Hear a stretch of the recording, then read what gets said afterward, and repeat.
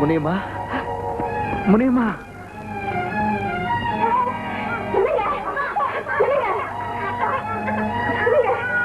மோசம் போயிட்டு முடியுமா?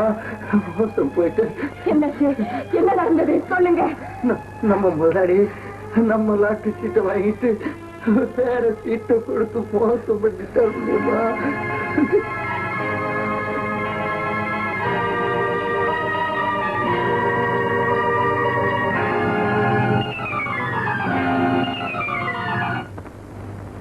கெட்டிக்கார ஆள்வானி, உனக்காகவே தான் அதுக்கு லாட்டரி சீட்டுன்னு பேர் வச்சா போல் இருக்கு. சீட்டை நீ எடுத்துக்கிட்ட, லாட்டரி அவங்க அடிக்க போறாங்க. என்ன இருந்தாலும் புத்திசாலி தான் நீ. என் புத்தியில பாதியாவது இல்லாம போகுமா? யாரு முடியுமாவா? இன்னும் 4 மணிக்கு வேலைக்கு வர்றவன் இன்னைக்கு 7 மணிக்கு வர்றீங்க. உனக்கு திமிரா? யார பார்த்து திமிருன்னு கேட்குறீங்க? ஏமா, நானும் என் புருஷனும் நாயா வயசு தினம் ஒருவேளை ஒழுங்கா சாப்பிட முடியாம கஷ்டப்பட்டேன். ஏதோ கடவுளா பார்த்து எங்களுக்கு ₹1,00,000 பரிசு கொடுத்தாரு. கை கட்டினத வாய் கட்ட விடாம தட்டி பார்த்துட்டீங்களே, நீங்க உருப்படுவீங்களா? என்ன விட கேவலம் பிச்சைக்கார கழுதுங்க. உங்களை ஏமாத்தியா நாங்க பணக்காரங்க ஆகணும். உங்க மாதிரி அயோக்கியங்க இருக்கிறனால தான் ஊர்ல பிச்சைக்காரங்களே உருவாகுறாங்க. இந்த ஆக்கிரமம் இப்படியே நீடிக்கும்னு நினைக்காதீங்க. போற காலம் வந்தா உருப்படி மண்ணு கூட உங்களுக்கு சொந்தமா இருக்காது. வரும்போது என்னத்தை கொண்டு வந்தீங்க, இல்ல போகும்போது என்னத்தை கொண்டு போக போறீங்க? என்ன தத்துவம் பேசுறேன்? நாங்க உன்னை ஏமாத்துறோம்னா போலீஸ்ல போய் புகார் பண்ணு, இல்ல தெரிஞ்சத பாரு. இதுக்கு மேல ஏதாவது பேசினா அவனா பேசுறா? நம்ம வீட்டு சோறு அவளை அப்படி பேச சொல்லு. அம்மா தாயே, ஒரு நாளாவது ஒரு வேளையாவது நீ வயிறார சோறு போட்டிருக்கியா? இப்படி வாய் கூட்டாக போய் சொல்றியே, உன் வாய் என்னடி சொன்ன? அவன் மேல கை வைக்காத, தரித்திரம் முட்டிக்கும். ஆமா ஐயா, 7 ஜென்மம் எடுத்தாலும் திருத்த முடியாத பாவிகள் நீங்க. உங்க கை என்ன, உங்க நிழல் பட்டாலே தரித்திரம் ஒட்டிக்கும். நான் போறேன், ஆனா என் வயிற்று இங்கே விட்டுட்டு போறேன். இந்த அக்னி இன்னைக்கு இல்லைன்னாலும் என்னைக்காவது ஒரு நாள் உங்களை எல்லாம் சுட்டு பசுக்காம விடாது. ஆமா, பெரிய கண்ணகி சாபம் கொடுத்துட்டு போறா. அப்படியே ஊரே பசிக்கிட்டு எரிய போகுது. போவளா அப்பா வந்துட்டான். அவ விட்டு போனால வயிற்றுச்சு. இதான் முனியமா சொன்னதெல்லாம் நிஜமா? அப்படின்னா உங்களுக்கு விழுந்ததா சொல்ல லாட்டரி சீட்டு முனியமா விழுந்ததா? அவதான் ஏதோ உளறிட்டு போனான்னா உடனே விசாரணை பண்ணி நீங்க வந்துட்டீங்களா? அப்பா, முனியமா பொய்யே சொல்ல மாட்டான். எனக்கு உங்களையும் தெரியும், அவளையும் தெரியும். அப்படின்னா நாங்க போய் சொல்றோம்னு சொல்றியா? இத நான் வேற சொல்லணுமா? ஊரே சொல்லுது. அப்பா, நமக்கு இல்லாத பணமா? பாவம் முனியமா, அவங்களுக்கு சேர வேண்டிய பணத்தை அவங்களுக்கே திருப்பி கொடுத்துருங்க. நமக்கு வேற எங்கேயும் இல்ல, இங்க வீட்டுக்குள்ளேயே தான் இருக்குது. இந்த கல்யாணை எப்படிதான் திருத்ததுன்னே தெரியல. தண்ட சொத்து எருமை ஒரு இளவு புரியல. ₹1,00,000 அவன் கையில தூக்கி கொடுக்க சொல்றியே, எப்படிதான் நீ பொழைக்க போறியோ? ஒன்னால எங்களுக்கு உதவிதான் இல்ல, உபத்திரமாவது இல்லாம இருக்கட்டுமே.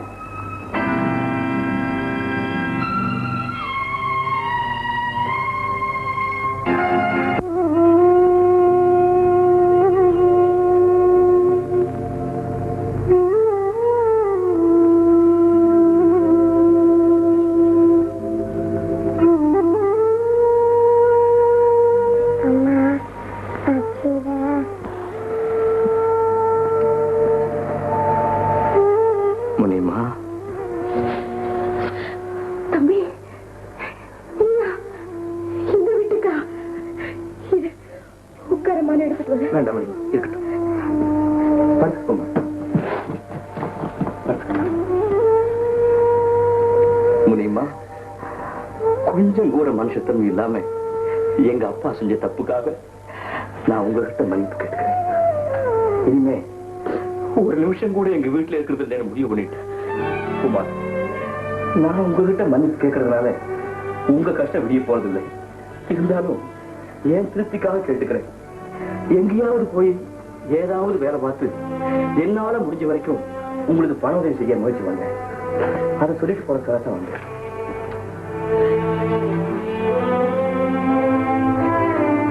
இந்த முனியமா, இதை வச்சுக்க. இப்போதைக்கு என்னால முடிஞ்சது இவ்வளவுதான். பரவாயில்ல, வச்சுக்க. நான் வரேன். நின்று தம்பி, இதுக்கு நீ என்ன செய்வ? உன்னை பத்தி எனக்கு தெரியாதா? அந்த பணம் எங்களுக்கு தான் வந்து சேரும்னு விதி இருந்தா அது இப்படி திசை மாறி போயிருக்குமா? எங்க கஷ்டம் எப்ப விடியும் எழுதியிருக்கானோ அப்பதானே விடியும். தம்பி, அவசரப்பட்டு நீ எங்கேயும் போய் கஷ்டப்படாது. நீ உலகம் தெரியாத பிள்ளை. பேசாம வீட்டுக்கு போ. நீ தலை எடுக்கிற காலத்துல நல்ல காரியம் செய்வேன்னு எனக்கு நம்பிக்கை உண்டு. போ தம்பி, வீட்டுக்கு போ.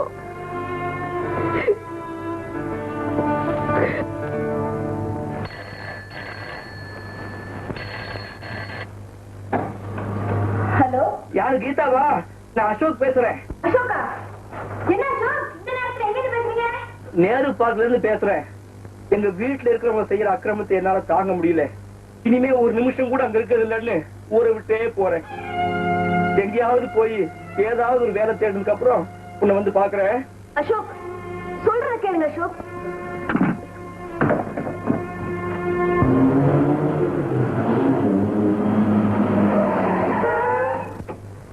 அசோக், அசோக், நான் சொல்றத கொஞ்சம் கேளுங்க. ஏன் இந்த முடிவுக்கு வந்தீங்க? கீதா, எங்க வீட்டுல இருக்கிறவங்க செய்யற அக்கிரமத்துக்கு எல்லையே இல்லாம போச்சு. இன்னைக்கு லட்சம் ரூபாய்க்கு முனியமாக விழுந்த லாட்டரி சீட்டை ஏமாத்திட்டாங்க. ஆமா, அதை என்னால தாங்க முடியல. நியாயம் கேட்ட என்ன எடுத்தெறிஞ்சு பேசிட்டாங்க. அதனாலதான் ஊரை விட்டே போறேன். வீட்டுல நடக்கிற அக்கிரமங்கள் எல்லாம் நீங்க கண்டிச்சு கேட்காம போனதுனாலதான் அது இவ்வளவு தூரம் வளர்ந்து போச்சு. இனிமேலாவது பிரச்சனைகளை கண்டு பயந்து ஓடாம அதை எதிர்த்து நின்னு தீர்த்து வைக்க முயற்சி பண்ணுங்க. அது என்னால முடியாது கீதா. முடியாதுன்னு நினைச்சா முடியாது, முடியும் நினைச்சா எதுவும் முடியும். நாளைக்கு உங்க அண்ணிய கூட்டிட்டு வாங்க, என்ன செய்யறதுன்னு பேசுவோம். வணக்கம். வணக்கம். நீங்க உங்க சகோதரின்னு நினைச்சுக்குங்க. உங்களை பத்தியும் உங்க வீட்டு நிலைமைய பத்தியும் அசோக் எல்லாம் விவரமா சொன்னாரு. நீங்க படுற கஷ்டத்தை கேட்டு என்னாலேயே தாங்கிக்க முடியல. நீங்க எப்படிதான் தாங்கிக்கிறீங்களோ எல்லாம் தலைவிதிப்படிதான் நடக்கும். பொதுவா அப்படி சொல்லிட்டு சும்மா இருந்துட்டா இந்த துன்பங்களுக்கெல்லாம் விடுவே வராதுங்க. எனக்கு என்ன அவ்வளவு அக்கறைன்னு கேக்குறீங்களா? நானும் உங்க வீட்டுல வந்து வாழ போறவதானே. அசோக் சொல்லல?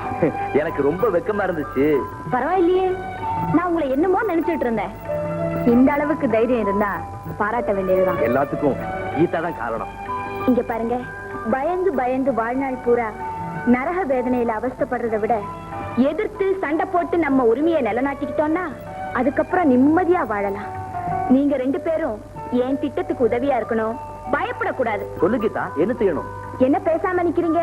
எனக்கு என்ன செய்யறதுன்னு புரியல கீதா. நீ சொல்லு, முடிஞ்ச வரைக்கும் முயற்சி செய்றேன். சொல்றேன் கேளுங்க.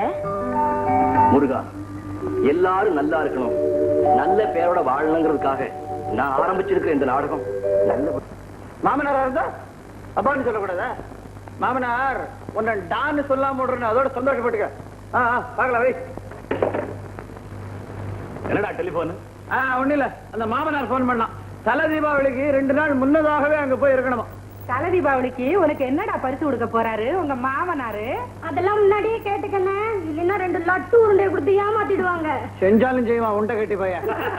கொஞ்சம் முன்ஜாகிரதையா இருக்கிறது நல்லதுதான். சித்ரா, என்னங்க? உடனே உங்க அப்பனுக்கு போன் பண்ணி மாப்பிள்ள தலை தீபாவளிக்கு வரதா இருந்தா 2 கேரட்ல வைர மோதிரம் பண்ணி போடணும்னு சொல்லு. ரொம்ப நாளா ஒரு ஸ்கூட்டர் வாங்கணும்னு சொல்லிக்கிட்டு இருந்தியே. ஸ்கூட்டர்லாம் இப்ப வேண்டாம், கார் தான். கார் வாங்கி கொடுக்கலன்னா நான் தலை தீபாவளிக்கு வரமாட்டேன். வரலன்னா போங்க. என்னென்ன கொடுக்கணுமோ அதையெல்லாம் எங்க அப்பன் கல்யாணத்துக்கு முன்னாடியே கொடுத்தாச்சு. வேணும்னா உங்க அப்பன் கிட்ட கேட்டு வாங்கிக்கங்க. மரியாதை கிட்ட பேசாத பிச்சைக்கார நாயே. போத நிறுத்துங்க.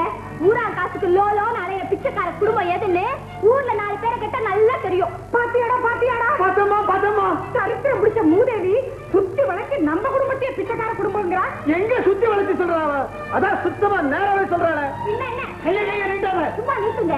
நான் கட்டி பழசா போன என் புடவை வேலைக்காரி கொடுத்ததுக்கு உங்க அம்மா சாவோ சாவோம் சாவி அந்த புடவை திரும்பி வாங்கி பாத்திரக்காரங்கிட்ட போட்டு 2 ஸ்பூன் வாங்கினாங்களே, அது பிச்சைக்காரத்தனம் இல்லையா? உன் புடவை பிச்சைக்கார புடவை, அதை போட்டதுனால 2 ஸ்பூன் கொடுத்தான். எங்க அம்மா புடவை போட்டிருந்தா 2 டபரா கொடுத்திருப்பான். டபரா? நானும் பணக்கார குடும்பத்துல பிறந்தவரா. ஒரு நாள் நான் சாப்பிடுறது இந்த கொள்ளிவாப்பு சாஸ் பார்த்துட்டு அம்மா கிட்ட போய் அண்ணி 6 இட்லி திங்குறா, காப்படி நெய் ஊத்திக்கிறான்னு சொன்னா. உடனே உங்க அம்மா நெய் எடுத்து அலமாரில பூட்டிட்டாங்க.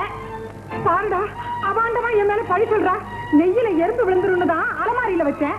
அண்ணி, என்ன நீ கொள்ளிவாய் பிசாசுன்னு சொன்னல, நான் உன்னை சும்மா விட மாட்டேன். நீ தான் புளிய மர பேயி, பிசாசு, காட்டேரி, வாய மூட்டி தின்னு கட்ட மூதேவி, கோல் சொல்லி குரங்கு சண்முகம். என்னடா அவ பாட்டுக்கு பேசிட்டு இருக்கா, மரம் மாதிரி நின்னுட்டு இருக்க.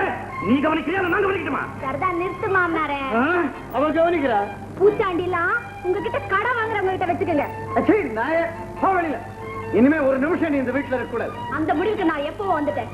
என்னைக்கு நீங்க முதலிரவு அன்னைக்கு நல்லா குடிச்சிட்டு வந்து இது எனக்கு 1001வது இரவுன்னு சொன்னீங்களோ அன்னைக்கே நான் போயிருக்கணும். போகாதது ஏன் தப்புதான்.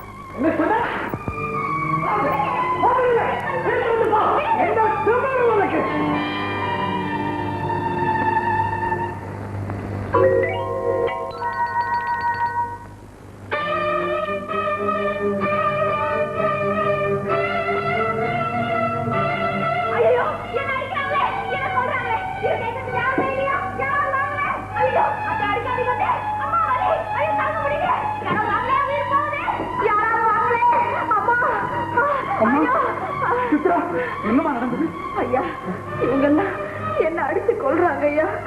என்ன கொண்டு போய் எங்க வீட்டுல சேர்த்துருங்க. நான் சாகிறதுக்கு முன்னாடி எங்க அப்பா ஒரே ஒரு வாட்டி பார்க்கணும். என்ன கொண்டு போய் சேர்த்துருங்க. சுத்தரா முடிச்சு போட்டுக்கிட்டு இப்படி நடிக்கிறா. யாரும் நம்பாதீங்க. சும்மா நிறுத்தியா. சகுனி, கைகேயி, துரியோதனை, கூனி எல்லாரும் இந்த வீட்டுல தான் இருக்காங்க. என்னையா பேசிட்டு இருக்கீங்க? தூக்குங்க, தாய்ச்சல கொண்டு அவங்க அப்பா வீட்டுல விடலாம். பாத்து பாத்து. என்ன இப்படி அவமானப்படுத்திட்டாளே. உன்னை மட்டும் அவமானப்படுத்திருந்தா பரவாயில்லையே, எங்களையும் தலைமுறையை வச்சாலே. நான் அவளை பழிக்கு பழி வாங்க விட போறதில்லை. நான் சும்மா பேசிக்கிட்டே நிக்காதடா, ஏதாவது செய்தி. இனிமே அந்த கழுதை இந்த வீட்டு வாசல் மிதிக்க கூடாது. நான் இப்ப வக்கீலுக்கு போன் பண்றேன். வக்கீல். என்னடா வக்கீல இன்னும் காணா? காலையிலே வந்துடுறாரு. எனக்கும் தெரியலையே. கெட்டிக்கார வக்கீல் தானே? பிரமாதமான வக்கீல். அதுவும் விவாகரத்து கேஸ்ல அவர் ஸ்பெஷலிஸ்ட். அவர் பேரு விவாகரத்து வீரராகவன் தான் பேரு. வாங்க வாங்க வாங்க வாங்க வந்துட்டாரு அவரே. வாங்க வாங்க வாங்க வாங்க.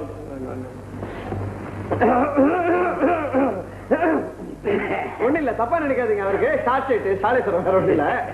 பாத்தீங்களா, எப்பவுமே இந்த மாதிரி தான் கருப்பு போட்டே போட்டுக்கிட்டே அலைவாரு. என்ன வக்கீல் தெரியணும்னு அதுக்காக தான். Coming to the point. விவாகரத்து செஞ்சுக்கிறதா முடிவு பண்ணிவிட்டல?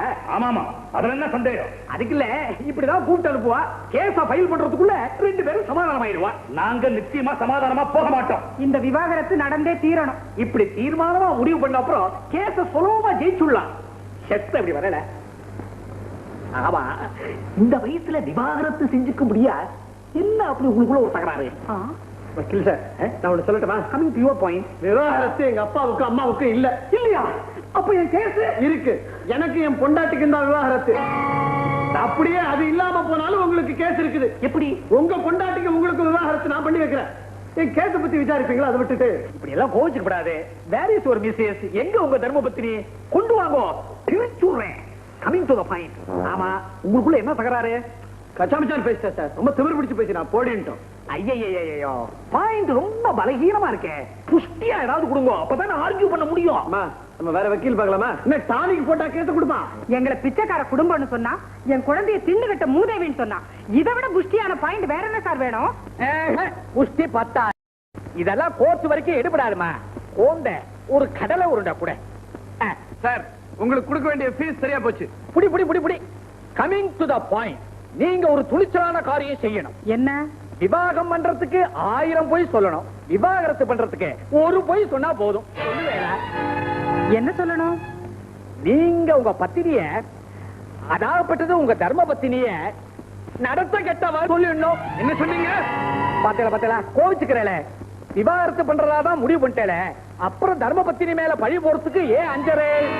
ஆமாண்டா தம்பி, நீ லேசா ஒரு தட்டு தட்டுனதுக்கு கொலையே நடந்துட்ட மாதிரி நாடகம் ஆடி ஊரையே கூட்டிட்டாளே. அவன் மேல பழி போடுறதுக்கு நாம ஏன் பயப்படணும்?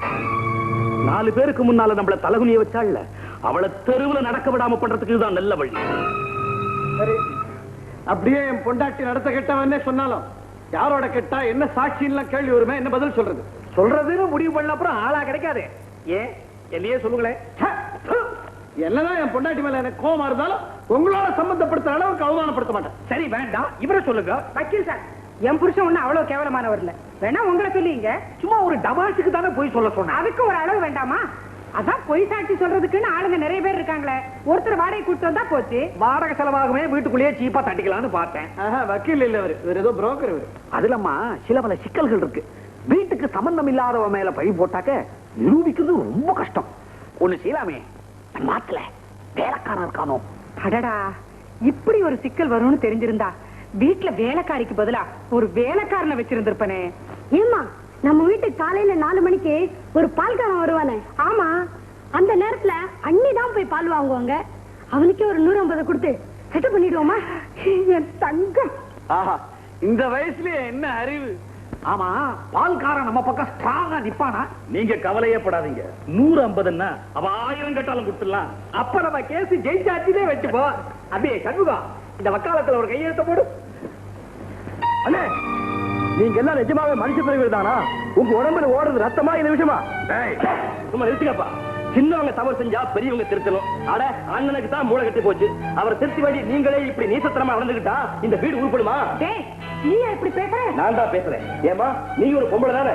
உன் மேல யாராவது இப்படி ஒரு பழி சுமத்தினா உன்னால அதை தாங்கிக்க முடியுமா? நான் உன்னை பெத்தவடா. அன்னைய தெய்வமா வழிபடுற தமிழ்நாட்டுல பிறந்தவன் தான் நான்.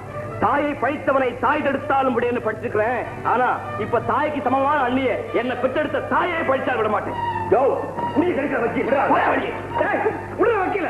ஏற்கனவே அவர் வளர இவன் வேற பயமுறுத்தான். அண்ணே, கூண்டுல இருந்து சிங்க வெளியே வந்துடுச்சு. அதை மறுபடியும் உன்னால உள்ள அனுப்ப முடியாது. வக்கி, நீங்க ஒண்ணும் பயப்படாதீங்க. இவன் ஏதோ சினிமா பார்த்து டைலாக் பேசுற அம்மாடையா. அப்பா, அண்ணனுக்கு என்ன ஆச்சு? ஏன் இப்படி வளருது? மூதேவி, முளைச்சு 3 இலை விடல, அதுக்குள்ள உனக்கு இவ்வளவு தரித்திர புத்தியா? நீ இன்னொருத்தர் வீட்டு போய் வாழ வேண்டாம். பால்காரோட அண்ணியை சேர்த்து பேசுறியே. அறிவு 55 வயசு வளர்ந்த குழந்தை அவளே குழந்தையோட அடிக்கிறேன்.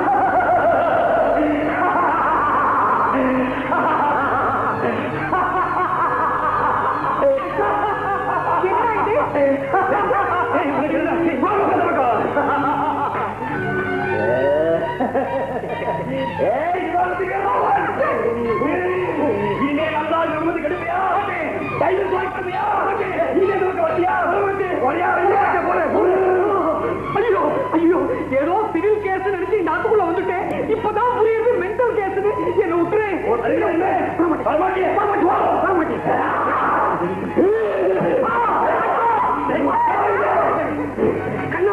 என்னுடைய பாதரட்சை இன்னைக்கு உங்க எல்லாரும் என்ன செய்ய போற பாருங்க. குட்டி பிசாசு,